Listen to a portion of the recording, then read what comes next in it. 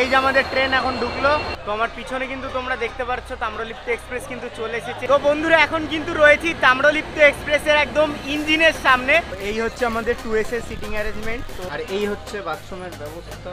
তো তোমরা যদি এই ট্রেনের টিকিট কাটতে চাও তাহলে কিন্তু তোমাদের পড়বে প্রায় 7:06 কিন্তু আমাদের তাম্রলিপ্ত এক্সপ্রেস হাওড়া স্টেশন থেকে ছেড়ে দিল। তো হ্যালো বন্ধুরা, গুড মর্নিং, শুভ সকাল জানাই সবাইকে। আর আশেপাশের পরিবেশ দেখে হয়তো তোমরা ভাবছো এখন সকাল না রাত্রি, কিন্তু না, এখন সকাল। এখন বাজে সকাল 3:30, মানে ভোর 3:30 আর কি। তো টাইটেল আর থাম্বনেল দেখে তোমরা তো বুঝে গেছো যে আজকের ভিডিওটা হতে চলেছে হাওড়া টু দীঘা তাম্রলিপ্ত এক্সপ্রেসের জার্নির ভিডিও। তো এখন কিন্তু আমরা আমাদের বাড়ির সামনের থেকে যাবো আমাদের নিয়ার বাই স্টেশন মানে শ্যামনগর স্টেশনে, দেন ওখান থেকে শিয়ালদা, তারপরে শিয়ালদার থেকে বাসে করে আমরা যাবো হাওড়া। তো চলো একেবারে যেতে যেতে তোমাদের সাথে কথা হচ্ছে। তো বন্ধুরা এখন কিন্তু আমরা চলে এসেছি শ্যামনগর স্টেশনে। আর তোমরা যারা যারা নৈহাটি টু শিয়ালদার মধ্যে থাকো তারা কিন্তু এই 4:15 নৈহাটি লোকাল যেটা আছে, মানে শ্যামনগর থেকে 4:15, নৈহাটির থেকে 4টে কি এরকম কিছু একটা টাইমে হবে। তো তোমরা কিন্তু ওইটা ধরে আসতে পারো, তাহলে টাইম মতন পৌঁছে যাবে। আর যদি তোমরা তার দূরে কোথাও থাকো তাহলে আমি বলবো যে আগের দিনই হাওড়ায় চলে যাওয়াটাই বেটার হবে।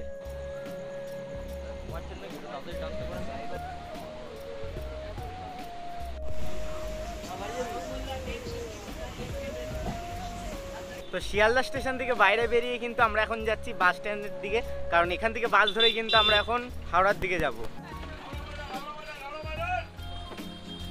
তো এখন বাজে 5:25 আর আমরা কিন্তু শিয়ালদার সামনে যে বাসে উঠে গেছি। আর মোটামুটি 5টার থেকে কিন্তু বাস চলা চালু হয়ে যায়, তো সেই নিয়ে কোনো চাপ নেই। তোমরা যারা যারা দূর থেকে আসবে তারা খালি এইটাই মেনটেন করবে যে 5টা কি 5:30টার মধ্যে যত সম্ভব শিয়ালদার সামনে দিয়ে বাস ধরার চেষ্টা করবে, তাহলেই হয়ে যাবে। তো এখন কিন্তু আমরা চলে এসেছি হাওড়া স্টেশনের সামনে। তো এই হচ্ছে হাওড়া স্টেশন, এখন আমরা রয়েছি হাওড়া স্টেশনের সামনে। তো আমাদের ট্রেন কিন্তু দিয়েছে হাওড়া স্টেশনের 18 নম্বর প্ল্যাটফর্মে, তাই এখন কিন্তু আমরা হাঁটতে হাঁটতে এই যে যাচ্ছি সবাই মিলে 18-র দিকে। তো আমরা কিন্তু 18 নম্বর প্ল্যাটফর্মে আসার সাথে সাথে কিন্তু আমাদের ট্রেনও এখানে ঢুকে গেছে। এই যে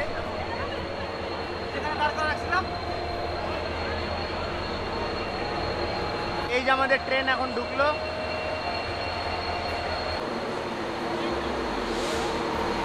তো আমার পিছনে কিন্তু তোমরা দেখতে পাচ্ছ তাম্রলিপ্ত এক্সপ্রেস কিন্তু চলে এসেছে। আর আমাদের হচ্ছে D6। তো D6 এর এখন এখানে ভিড় রয়েছে যেহেতু, তাই আর রিজার্ভেশন, তাই কোনো চাপ নেই, তাই ভিড়টা কমবে একটু, তারপরে কিন্তু ভিতরে যাব। আর বন্ধুবান্ধব সব আগে দিয়ে চলে গেছে, তো আমি একটু পরেই যাব। আর ইঞ্জিনের সামনে গিয়ে আবার একটা থাম্বনেলের জন্য পিকচার ক্লিক করতে হবে। আর টিকিটের কি কিরকম প্রাইস আর কিরমভাবে কি বুক করতে পারবে সেটা তোমাদের ভিতরে গিয়ে বসে তারপরে বলছি। তো বন্ধুরা এখন কিন্তু রয়েছি তাম্রলিপ্ত এক্সপ্রেসের একদম ইঞ্জিনের সামনে। এই যে আমার পিছনে দেখতে পাচ্ছ, এটাই কিন্তু আমাদের মেন ইঞ্জিন। যাই হোক, তো এখন কিন্তু চলো ভিতরে ট্রেনে যাই, গিয়ে তোমাদের সব অল ডিটেল জানাচ্ছি। এই হচ্ছে আমাদের 2S এর সিটিং অ্যারেঞ্জমেন্ট। তো এক একটা সাইডে কিন্তু 4টে করে সিট দেওয়া হয়েছে। আর সিটের এই হচ্ছে কোয়ালিটি যেরকম নর্মাল হয় আর কি। আর উপরেও কিন্তু জায়গা রয়েছে, উপরে হচ্ছে তোমাদের ব্যাগ রাখতে পারবে, বা যদি কেউ চায় তো এখানে শুয়ে যেতেও পারবে। যেরকম এই পাশে অনেকগুলো বাচ্চারা যাচ্ছে। তুই কি শুবি উপরে? শুবি? তুই শুবি উপরে? তুই শুবি উপরে?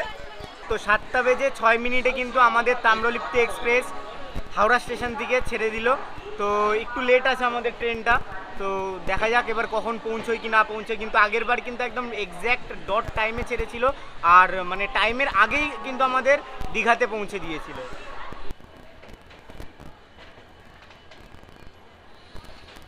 তো এই ট্রেনের টিকিটের প্রাইস সম্পর্কে তোমাদের একটুখানি আইডিয়া দিয়ে দিই।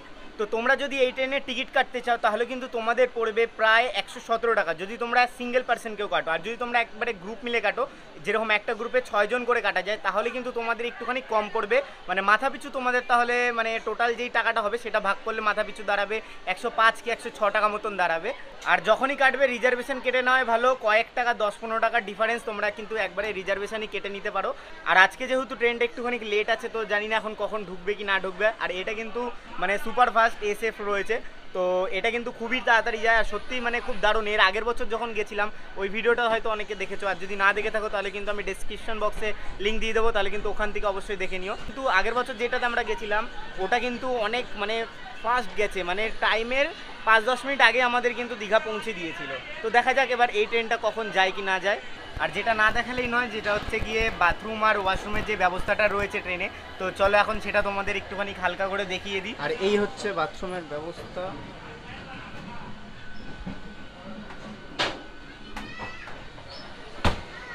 কলের এখানে কিন্তু জলের এটা ঠিক নেই, জল এখানে পড়ে পড়ে ভাসছে আর এখানে কিন্তু জল ঠিকঠাকভাবে ক্লিয়ারও হচ্ছে না।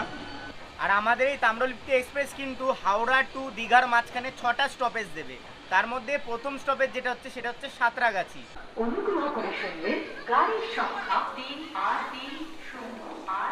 তো আমাদের ট্রেন কিন্তু তার ফার্স্ট স্টপেজ সাঁতরাগাছিতে এখন দাঁড়ালো, আর বেশিক্ষণ এখানে যেহেতু দাঁড়াবে না তাই আর নিচে নেমে রিস্ক নেব না, তাতে করে ট্রেনে উঠে পড়ি।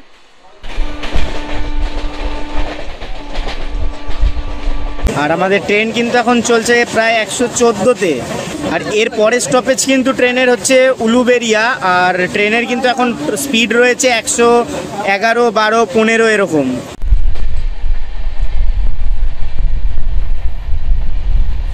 তো এখন ট্রেন তার সেকেন্ড স্টপেজ উলুবেরিয়াতে চলে এসেছে, এই হচ্ছে উলুবেরিয়া স্টেশন।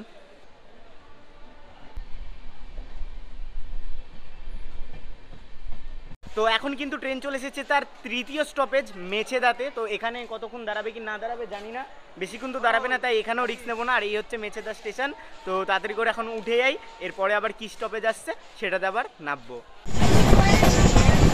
তাম্রলিপ্তি এক্সপ্রেসের 4 নম্বর স্টপেজ তমলুকে এখন আমি দাঁড়িয়ে আছি, এই জাস্ট আমাদের ট্রেনটা এখানে দাঁড়ালো। তো আর কিন্তু 2টো স্টপেজ আছে, তারপরেই কিন্তু আমাদের দীঘা চলে আসবে।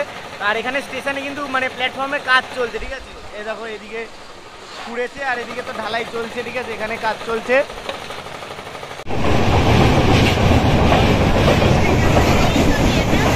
এখন কিন্তু আমাদের ট্রেন তার 5 নম্বর স্টপেজে দাঁড়িয়েছে, সেটা হলো কাথি। আর এরপরেই কিন্তু রামনগর, আর তারপরেই কিন্তু আমাদের দীঘা। তো চলো আর বেশি তোমাদের সময় নষ্ট করবো না, ডাইরেক্ট ট্রেনে চলে যাই। আবার ট্রেনটা তাড়াতাড়ি এখান থেকে ছেড়ে দেবে, আবার রামনগরেও নামতে হবে। তো লেটস গো। তো এখন কিন্তু আমাদের ট্রেন রামনগর ছেড়ে দিয়েছে, তো এখন আমরা সিধা দীঘায় যাবো। আর এইটা লাস্ট স্টপেজ যেহেতু, তাই জন্য কিন্তু আর নিচে নামিনি, তাই এখান থেকেই করলাম। আর একটুখানি হালকা পাতলা ঝামেলা হয়ে গেছিলো, তাই জন্য আরোই নামতে পারিনি। তো যাই হোক, একবারে পুরো দীঘায় নেবে, তারপরে তোমাদের সাথে কথা হচ্ছে।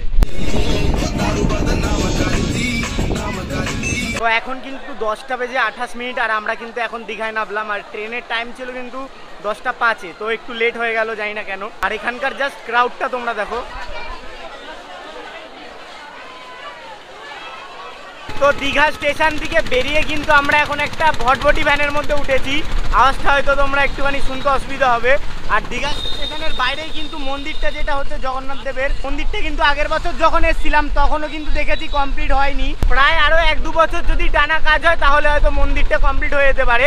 তো যাই হোক, এখন কিন্তু আমরা ভটভটি ভ্যানে উঠে গেছি। আর এখানে ভাড়া কিন্তু মাথা পিছু 20 টাকা করে। আর যদি তোমরা অনেকজন থাকো একসাথে, যেরকম আমরা একসাথে 6 জন রয়েছি, আমাদের বললে 100 টাকা দিতে। তো যাই হোক, এখন আমরা যাবো হচ্ছে ওল্ড দীঘাতে, আমরা নিউ দীঘাতে যাই না, ওল্ড দীঘাতে যাই। তো এখন ওল্ড দীঘাতে যাবো, গিয়ে আবার হোটেল খুঁজতে হবে। তো কোন হোটেলে যাই কি না যাই সেগুলো তোমাদেরকে দেখাবো। তো চলো ওল্ড দীঘায় গিয়ে তারপরে তোমাদের সাথে কথা হচ্ছে। তো এখন কিন্তু দীঘায় নেমে গেছি, আর আমরা রয়েছি এখন ওল্ড দীঘার মেন মোড়ের সামনে, ঠিক আছে। তো এখন যাচ্ছি আমরা হোটেলের খোঁজে। তো এই কাকার সাথে দেখা হলো, তো ইনি নিয়ে যাচ্ছে আমাদের হোটেল দেখাতে। তো কমের মধ্যেই নাকি দেখাবে, তো দেখা যাক এখন কিরকম কি হোটেল পাই কি না পাই। তো এখানে রুমটা সেরকম একটা পছন্দ হলো না, তাই এখন আবার আমরা আগেরবার যেই হোটেলে ছিলাম ওই হোটেলের দিকেই আবার যাচ্ছি। তো দেখা যাক, যাই আগে কি হয় কি না হয়। তার উপর থেকে বাইরে যা গরম পড়েছে, আর মানে পারছি না বেশি। তো আমরা আগেরবার যেই হোটেলটায় ছিলাম ওইটাতে এখন যাব, তারপর দেখি ওটাতে কি হয় কি না হয়, তো তারপরে জানাচ্ছি তোমাদের। তো বন্ধুরা, অবশেষে কিন্তু আমরা আমাদের আগের যেই পুরনো হোটেল ছিল সেটাতেই কিন্তু আমরা আসলাম। হোটেলের নাম তোমরা একবার দেখে নাও, সুধৃতি লজ। তো আগেরবার ওই ভিডিওটায় 15-16 হাজার মতন ভিউ পড়েছিল, তো ওই জন্য কিন্তু কাকা এসে বললাম, আর চিনতেও পেরেছে আসার সাথে সাথে। তো এখন আমরা রুম নিয়ে নিলাম, আর কীরকম কী রুম নিয়েছি সেটা রুমে গিয়ে বলবো। এখন আপাতত তোমাদের একটুখানি এই হোটেলটার সম্পর্কে একটুখানি ইন্ট্রোডাকশন দিয়ে দিই। এসি নন এসি কত করে একবার বলতো? এসি নন এসি 800 রয়েছে, নন এসি 500 রয়েছে, 400 রয়েছে। আর ডবল বেড এসি কত পড়বে? ডবল বেডের এসি 1200 আছে, 1400 আছে, 1500 আছে। আর আমার নাম করে আসলে, ওই ভিডিও দেখে আসলে একটু ডিসকাউন্ট হবে তো? হ্যাঁ, সে তো করে দিতে পারি। ঠিক আছে। তো তোমরা যারা যারা আসবে, ঠিক আছে, আমি হোটেলের এবারে আগে অনেকেরই চিনতে একটু অসুবিধা হয়, তোমরা ফোন করে নেবে। আর মেন হচ্ছে আমি হোটেলের লোকেশনটা ডিসক্রিপশন বক্সে দিয়ে দেবো, তোমরা ওখান থেকেও দেখে আসতে পারে। আর এসে যদি তোমরা বলো আমার ভিডিও দেখে এসেছো, ডিসকাউন্ট পাবেই পাবে, যেরকম আমরা পেয়েছি তো সেরকম তোমরাও ডিসকাউন্ট পাবে, সেই নিয়ে চাপ নেই তোমাদের। তো যাই হোক, তোমরা কিন্তু আসতেই পারো। নাম্বারটা একটু বলে দাও। নাম্বার হচ্ছে 9609056872। তো বন্ধুরা অবশেষে কিন্তু আমরা আমাদের রুমটা পেয়ে গেছি, আর রুমটা তোমাদের আগে ভালো করে দেখিয়ে দিচ্ছি। দেখো এই হচ্ছে দরজার এখানে ঢুকতে হবে, ঢুকে সাথে কিন্তু এখানে বোর্ড রয়েছে, আর এই হচ্ছে আমরা কিন্তু এসি নিয়েছি, এসি প্লাস এখানে পাখা তো থাকবেই। যাই হোক, তো এখানে জানলার ওখানে একটু জামা কাপড় মেলা আছে, সেটাকে ইগনোর করো।